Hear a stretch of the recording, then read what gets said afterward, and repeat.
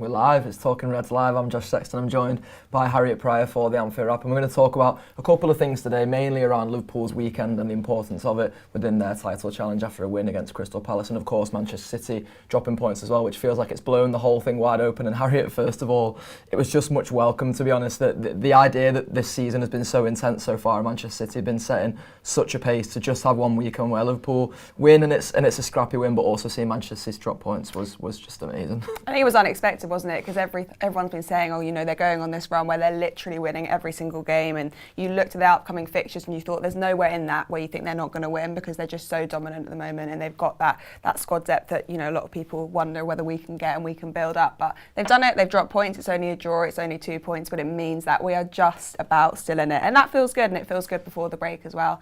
And it feels good that we just seem to have had like a little bit of a run where 3 weeks, you know, we're a bit rubbish beforehand, and then we had a good weekend. We're in the final of the Carabao Cup, and now we're back on the way in the league, I think. Yeah, absolutely. Everything feels rosy in the garden again, and it feels like it's been all that can occupy our minds, Manchester City in particular, but also just the title race in general. I think that's a bit of a thing, you know, in modern football almost is the way that we fixate on title races and relegation scraps, and it almost becomes a TV thing. But to be honest, it was quite nice over the weekend to hear some of the players coming out and sort of talking up that idea of a title race, and Virgil van Dijk in particular came out with this quote. He said, "You can't deny it's in your mind, but as we've said many times, we take it game by game. It sounds a bit boring, but it is like that. We are not looking at them because there is no point. There are so many games to play. We focus on ourselves. This was a very important one, and hopefully we can build on it after the break." And you can't sort of begrudge anything that he says there, Harriet, because he shows that sort of professional mentality which has got Liverpool to this point of just taking it game by game and collecting your wins and that kind of thing. But he also shows that, you know, the players are ultimately human beings, and of course winning another Premier League title is going to be on their minds. Yeah, I think it's on all of their minds, and you can see with the manager how he's been celebrating the last 2 wins, how he thinks it's still, you know, still within reaching distance. And I think for the players, it wouldn't serve any of them if they suddenly thought, okay, there's no title race anymore. I think I wrote in my column last week, it wouldn't serve any of the younger players or the ones that have got to come in and step up to the plate, because they're thinking, well, what am I playing for? I'm being brought in for no bigger picture reason. They need to think there's something to play for. And I think also, you know, it's down to 9 points now. We've got a game in hand. We've got to go to play City at the Etihad, which is obviously going to be a really tough game, but it's still there. And I think 3 points, you know, if we manage to do both those things, and it's all if, buts and maybes. But I think in the players' mind, they'll be thinking, these are things we know we can do and we know we can achieve. And I just think it's really funny that the media as well, they just don't want to write us off, because we've been capable of doing these things before and coming back from mad results and staying in it within touching distance. And I think that's all we need to do, is just keep building, keep, like Van Dijk says, just keep taking it game by game, seeing if we can pick up the 3 points game by game, and letting Man City do what they're going to do, because we can't control that. That's totally out of our control. If they're going to drop points, they're going to drop points. If they're going to not, you know, if they're not going to do that by the end of the season, we can't do anything about it. But we just need to make sure we're there to capitalise if they do. Yeah, and another little Virgil van Dijk anecdote that I love is on his Instagram over the weekend. Apparently, I've been reading this in the Liverpool Echoes. Ronaldinho commented on one of his Instagram posts, Brazilian legend Ronaldinho saying, "You play with elegance and command the defence like a maestro." I mean, I don't know if he was wasn't even his best game. I was going to say the defence in general didn't exactly have their best game. Crystal Palace managed to sort of breach it a couple of times, and of course breach it by scoring a goal at one point. But that's lovely, to be honest, and it's the idea as well that, you know, someone as great as Ronaldinho, someone as much of a legend as Ronaldinho, is watching this Liverpool team and appreciating the great things that they're doing, because they are doing great things on the pitch still to this day. I think you'd be mad not to watch this Liverpool team and appreciate it, because every time they play, and I think especially you saw it in that first sort of arguably 45 minute, you know, we lost it a bit before the break against Crystal Palace. That's some of the best that we've played, like Klopp said, and we have those moments where you think, you know, 9 players that played at the weekend with the same as the Carabao Cup team, they're obviously going to be tired. They've had to put it all in on Thursday night to make sure that they get to the final, and then they play again on Sunday like nothing's happened. And I think that shows real testament to the fact that they're just trying so hard to just make sure that they win every single game, and they take it so seriously. So yeah, obviously people are going to be watching, and I think, you know, I like the idea of Man City and Pep just watching on Sunday being like, fuck's sake, we've got to now, yeah, exactly, absolutely fuming that we've got to, like, they've got to still think about us, even though they've been so dominant, they've literally not lost a game. Yeah, and I've loved the way that certain players have stepped up in particular. I liked Neil's newsletter the other day that he wrote for the Anfield Wrap, and if you don't subscribe to them, you can go to our website, click on writing, and then click on newsletters if you want to be receiving them on a daily-ish basis, I would say. But he was writing about the idea that he's writing about the idea that the Liverpool players are sort of stepping up during this time, and that it was meant to be a month in which everyone was writing us off. Everyone pre this month had said, oh, Liverpool were going to be sort of without their African stars, it was going to really harm them in their title race. They were looking at the fixtures that were coming up and writing Liverpool off, to be honest. And this month, I think Liverpool have shown the sort of mentality and the spirit, but also certain players. And I want to shout out Alisson Becker after this weekend in particular, because some of those saves he made, but just generally the mentality he's shown is unreal time and time again for Liverpool. Yeah, definitely. I think January has traditionally been quite a hard month under Klopp, and we saw how the season started to sort of fall apart this time last year, and I think that was a little bit in everyone's minds as well, that we're not sure what's going to happen without Mane and Salah, and that's completely justifiable because they are the players that have come up with the goals and the assists time and time again. And I think without them in the team, there was conversations around who's going to step up, who's going to fill those goals, and they've come from quite unexpected places at times. We said yesterday, Fabinho's been scoring a few goals as well, and I think that all of them have taken more responsibility to just say, right, we haven't got these two, but this is how we're going to adapt. And they had a long time to do that and to come up with a plan, and it shows that they've obviously done that, and Klopp's put a good plan in place to be able to deal with it, and they've just all been incredible and really stepped up. And yeah, Alisson, he kept us in the game, didn't he, on Sunday? And I think without him, I mean, you always talk about how important it has to have that world-class goalkeeper there, but you really see it in games like that when you're sort of, it's edgy and you're thinking, okay, they could actually get back in here quite easily, and then we do concede and it goes to 2-1. And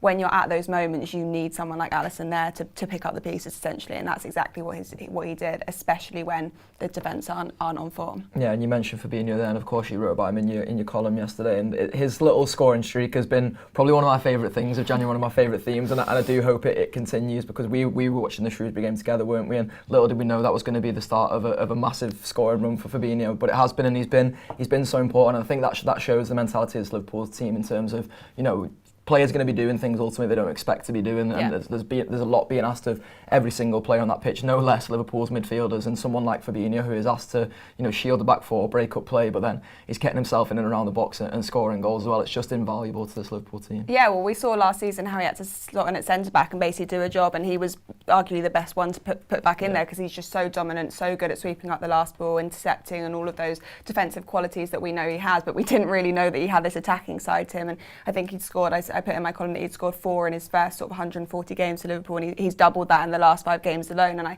I think there's been obviously a conscious effort for Klopp to say to the players, right, you need to take a few more shots from outside the box. We saw with Henderson on Sunday that he was just taking a few more mad shots, which I don't love, but that's obviously the technique that they're going for, and it's working for them. And I think when you're coming up against a team with a bit more of a low block as well, there is an argument to just put a few more balls into the box and see what happens. And Fabinho, especially from set pieces, has been the one to sort of capitalise from that. And also at Monaco, he took the penalties, so we obviously haven't seen that from him at Liverpool with Salah and Milner in the pecking order, but he's stepped up to that as well. And I think it just shows the mentality that any player, wherever they're put, they will make the most of it, and they will do what's expecting of them, and they'll try their best to make sure they're the ones to be, stepping up to the plate and performing. And Fabinho's been one of those for me that has absolutely done that. But I think you can also shout out some of the players that have come into the team, maybe like Oxlade-Chamberlain, who's been scoring goals when we've really needed it, and managed to create a level of consistency that perhaps he's been criticised of before. And I think that it's just a mentality thing, isn't it? And it's quite different, isn't it, to last season when they were asked to do a job in random positions because the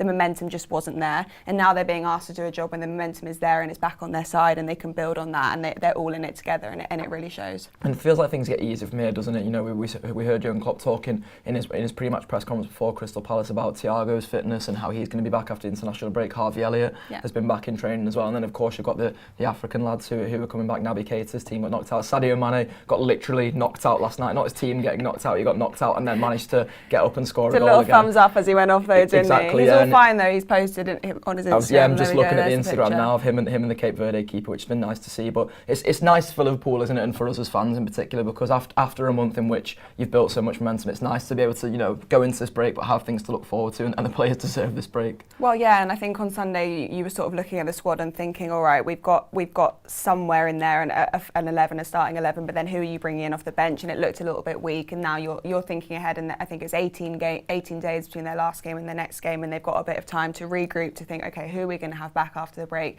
Thiago is obviously going to be a huge bonus. I think it's someone we always miss in that midfield and part of the park in terms of creativity and driving forward. So I'm really looking forward to him coming back. And obviously, if Harvey Elliott was back way before any of us expected, that would be a huge bonus. And then Mane and Salah and Keita are all going to be coming back as well. I think it's funny how, before AFCON we were all saying, none of us wanted them to go, and now we're all really invested in what their teams are doing, and we really want them to do well. But just want them all to come back without any injuries. That's the main thing, and then regroup and see what happens, and see the squad depth that we have at a time when we'll really need it. Yeah, we'll read through some of the comments. Die Bonehead says, I assume Sadio's concussion will be mentioned. There you go, it was. And also the disrespect to the tournament in general, not from the Wrap, it should be said. Yeah, there was a really good piece written for the Anfield Wrap by Aaron Daniels, one of our contributors, about the sort of disrespect for the AFCON in general. And I think that, there's been a bit of that in the sort of football media in general, but in the build-up to the tournament in terms of, thinking that players shouldn't go away. But I think you've seen during this tournament how much sort of joy it has brought to people. Roy's back in town, says the Reds are still in the race. So many players coming back in this break is right, Roy. That said Roy's back in town, like Roy Hodgson, and I think that's what he's after, to be fair. Oh, he is. Yeah. He's into it. But he's obviously mocking the inflection in Roy's voice. And he also says Ronaldinho's got Jota pajamas, don't we all, though? To be honest. I mean, I do. Do us a favour as well, Reds, while you're watching this, drop subscribe on the YouTube link there, and also click like on the video as well, and put some more comments in. We'll be reading through a couple of these. Die Bonehead says City's squad depth quality is incredible, which is why we need to make sure Gomez gets game time and remains happy. And Gomez has been linked with a move away, sort of surprisingly this January, I think, Harriet. But he's another player who, after this break, when the games get thick and fast again, the Champions League kicks in, he'll surely be eyeing up some game time there. Yeah, well, they said yesterday now, haven't they, that he's obviously definitely staying now in this window, and they want to keep him. And I'd be really surprised if anything other than that happened, because I think we saw last season, I know we keep going back to this, and it was a bit of a freak season in terms of all the injuries that we got, but we do need those players that maybe don't come in, we don't see that often, but we need them to do a job in certain games. And I think, especially with FA Cup games coming up and stuff, we're definitely going to see a bit more of Gomez. I think it was quite clear on Sunday that Matip needs a little bit of a rest and a little bit of a time out to just regroup and have a bit of just basically have some time off, because he's been playing a lot of football and Matip's not used to playing a lot of football. So there will be definitely a role for Gomez to do, and I think everyone, even those fringe players that we don't see as often that are part of the team, they'll all be called upon at some point, and they'll need to be ready to come in and do a job. So I'm happy that Gomez is staying. I didn't want to lose anyone in January, and definitely not Gomez or Divock Origi. So when losing neither of those, it looks like. Never want to lose Divock Origi. I should put that out there. There's a bit of Haaland, Bellingham, and Mbappe debate going on in the comments. Well, we don't like right Mbappe today. No, we don't. We don't like Mbappe. He said that Achraf Hakimi was the best right back in the world. So Mbappe is completely off Liverpool's transfer list. He's not cancelled, but today he might be. I'm saying he's cancelled. But Michael Kennedy started off the Haaland and Bellingham debate by saying Haaland and Bellingham in the summer would be perfect, along with Salah signing a new contract.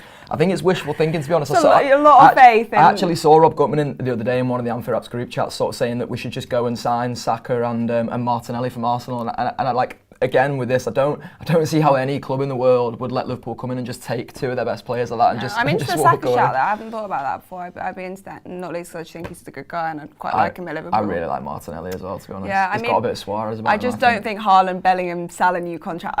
I mean, maybe everything will change this summer. Maybe FSG will be like, why not? But I just don't see that happening. Well, Haaland's out of contract, isn't he, in the summer? Or is it like a release clause? Yeah. What's Bellingham's situation now? I don't even know with Bellingham.